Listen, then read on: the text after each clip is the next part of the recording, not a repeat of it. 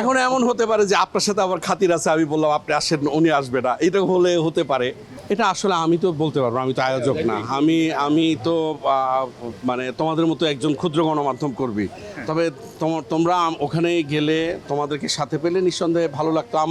আমার গণমাধ্যম কর্মী হিসেবে আমার ভালো লাগতো। আর এই যেই চ্যানেলগুলোর কথা বলা হচ্ছে, the Daily Sun, Independent Television, এগুলো তো বাংলাদেশ প্রতিদিন, কিন্তু বাংলাদেশ প্রতিদিন আগে যিনি কাজ করতেন পান্থ আফজাল, তাকে আমি দেখলাম ওখানে, আগে যিনি কাজ করতেন এখন অন্য জায়গায় আছেন, গ্রিন টিভিতে আছেন নাকি যায় না, যাই হোক। কিন্তু আমার কথা হলো যে আমি ওখানে যে চিত্রটা দেখেছি, আমি নিজে মানে ভিতরে গাদাগাদি অবস্থা, আমি নিজে বাইরে চলে এসে আমার ক্যামেরা পার্সনকে কোনোভাবে ভেতরে ঢুকিয়ে আমি বাইরে চলে এসেছি। আমাকে সিকিউরিটি বলছে যে আপনি চলে যাচ্ছেন, আমি বললাম না, আমি আর ভিড় বাড়াতে চাই না, এইটুকু আমি বলেছি, ঠিক আছে, এইটুকু আমি বলেছি। কিন্তু গণমাধ্যম কর্মীদের যে অধিকার, যে রাইটসটা, সেটা আমার মনে হয় যে সবাইকেই একটু মানে সহমর্মিতার সাথে দেখা দরকার, কারণ এটা একটা সেন্সিটিভ। কারণ এইখানে যে গণমাধ্যম কর্মীরা আসছে, তাদের তো সময়ের দাম আছে, তাদেরও তো মূল্যবান সময়কে ইয়ে করে এসছে, যে এখানে তো এমন না যে হাতি ঘোড়া কেউ মারবে, যে এখানে একেবারে জামাই আদর করে কেউ খাবে, তাও না। সুতরাং যে গণমাধ্যম কর্মীরা এখানে এসছে, তারা সবাই সংবাদ সংগ্রহের জন্য আসছে।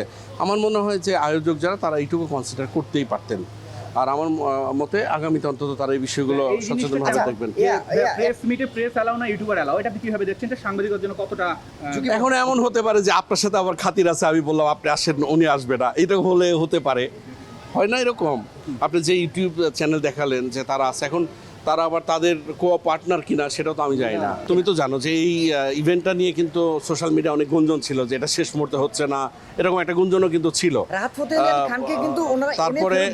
তারপরে আমার কাছে সবচেয়ে বড় দুর্ভাগ্যজনক লাগে যে এখানে যে গণমাধ্যম কর্মীরা আসছে, এই তো হাতে গোনা 5-7 জন, তাই না? আমার সামনে ক্যামেরায় যারা আছে, মন ধরে যারা আছে, 5-7 জন কর্মী কি এমন খুব বেশি কিছু? আর এখানে আমার কাছে মনে হয় যে যারা সাংবাদিকতা করেন, তাদেরকে একটু দায়িত্ব নিয়ে যদি তারা এটাকে একটু ম্যানেজ করতেন, যে ভাই ওরা আছে, ওদেরকে নিয়ে আসেন, ভালো হতো। তা আমার একটা কথা হলো, ভাই যেখানে আমাদের সম্মান নাই সেখানে আমরা যাবো না, আমার কথা শেষ। যেখানে আমাদের সম্মান, তারা তো দাওয়াত দিয়েছে ভাই, দাওয়াত দিলে ভবিষ্যতে যাবা না। দেশে দেশে সবার সাথে দ্য নিউজ।